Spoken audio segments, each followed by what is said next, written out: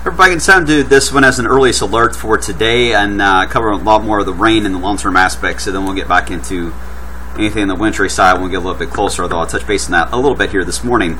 We are tracking the spotty downpours. They did develop right at the end of rush hour is when they began to pop on the radar. Very small but potent little downpours. When they do impact your commute or your house even, you'll hear the rain come down pretty hard, then it's over with in just a few minutes. We do have even some hints of sun trying to break out just west of that, but in general, bet on more clouds than anything. Here's the setup today. The main boundary that's responsible for all the rain is still to the north and west of us, but there's going to be a new one that's going to take over today in form. And how quickly that gets organized and works its way into the heart of wave country will determine how warm we actually get. We're 55 now, good south wind. You see any breaks in the clouds, mainly far southern Kentucky. There's not much heading our way. In fact, this is where the next band of rain, the new one, will develop. Will be right in through here. You can almost see where it would take shape. So this is where the new one's going to develop in the next few hours, and that'll work its way very much into northern Kentucky and Indiana. I doubt much will happen to the south here of that line, south of the parkways, even until tomorrow. But in general, the rain chance is going to cover our northern half here, it looks like, and some occasional lightning with this. So here at Louisville, still have a chance. We're only going to climb another 15 degrees. Get close to 70. I wouldn't roll it out. It only takes such a bit of sun you can get there. We hit 64 yesterday, and we're mainly cloudy. We didn't get much sun until the very end. Flood watches are out. Illinois, Missouri, and our three counties, Indiana, Jennings, Jackson, and Lawrence. If there's going to be more extension to that, it would likely happen when we get the rain shifting a little more into southern Kentucky, which would be mainly Wednesday to Thursday. That may allow for a watch to get issued for you guys to south. But we'll let you know as soon as that comes out. Let me walk you through Futurecast. Decent handle. It's got the spotty downpours now. As we head toward this afternoon, you see we get, again, a few more downpours through at least 1 or 2 o'clock. We get a break. And this is where the forecast gets really tricky this afternoon, because you can see what is happening to the south, where you get these 60s to around 70 degrees south of this band of rain. So how quickly does this form along the Ohio River, or does it stay north of the river? Even just one rural counties north will allow you to enjoy more of a warmer day. So that will determine our highs today. Either way, the training of rain will kick in. We do see an ease in this happening for the late evening, and then it's back again tomorrow morning, but this time more for southern Kentucky. We'll get the next surge of rainfall. Notice our numbers, by the way, don't move dramatically up or down. We're so saturated that, in general, it's going to be a 50s to 60s back and forth kind of setup, day and night. As we get into Wednesday morning, still some downpours around. Then we get a break as we into Wednesday afternoon. And then as we into Thursday, that is where things begin to change for us. This is the last hurrah of this system.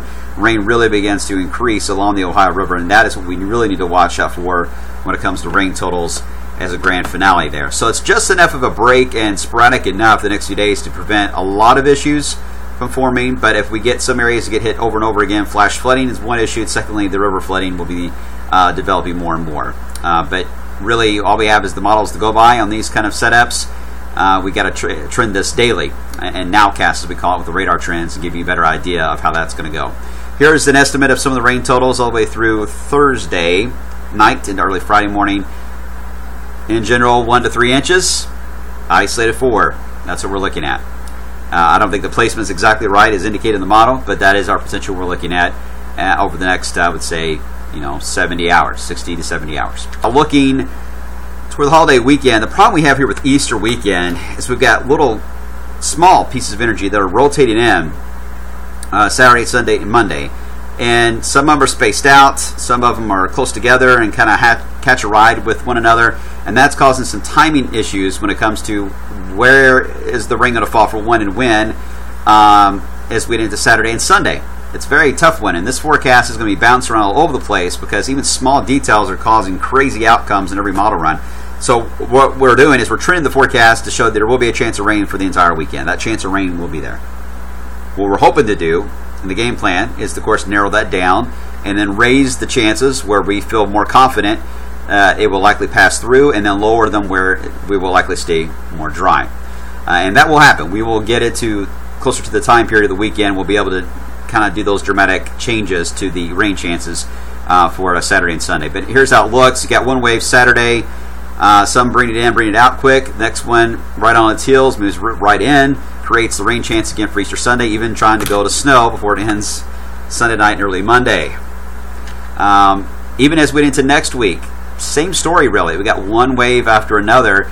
The one Tuesday and Wednesday could have a rain-snow mix to it. We wouldn't rule that out. And even the one toward the end of next week could have a rain-snow mixture. So it's a constant flow of systems, and how they're spaced out would determine how one can take advantage of the cold air provided by the other kind of setup. But in general, we're entering the time of the year now. When it comes to snow especially, you're talking more about rain-snow mixes. Yes, you can get accumulated snow, but it's very difficult with the sun angle getting higher and higher. In fact, the Euro Ensemble chance for anything that could get close to an inch of snow over the next couple of weeks is only about 20 to 25%. A little higher, closer to I-70, but for us, it's just not very high.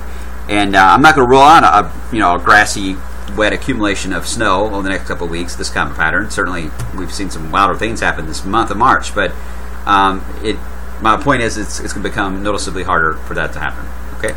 Now, looking ahead, here's the latest long-term Euro. This is for Thunder over Louisville. Now, this is, again, talking about the temperature profile compared to normal at that time. By the time we get into Thunder over Louisville, we're talking about normal highs into the upper 60s. So colder than normal could be 50s to lower 60s. I know that still doesn't sound great, but it's not talking about 30 degrees in snow, which makes sure you understand the blue when you look at that. So colder than normal for Thunder, also potentially wetter than normal. That part I don't like. Looking even further out, Derby week, all the way to Oaks and Derby Day, the average of that week, including Derby, colder than normal, or cooler, I should say, than normal. Also potentially wetter than normal, certainly to the south. So the trend is not great for a warm and dry period of time coming our way. Now again, this is just the Euros long term. It's not the end all, but at least gives you an idea of some information we're looking at. Looking that far out, we need to focus on short term data, but March and April especially, and even early May, are very volatile months for us. They can flip around rapidly. So just know that the pattern looks busy. It will look wet at times. And if you have outdoor plans, a lot of you do, you're trying to get into that spring season, get everything ready for the yard, just know that we're watching it carefully, and we'll just take this 1 week at a time. So we'll see how things go. All right, another full update coming up, so stay tuned. I'll see you at midday.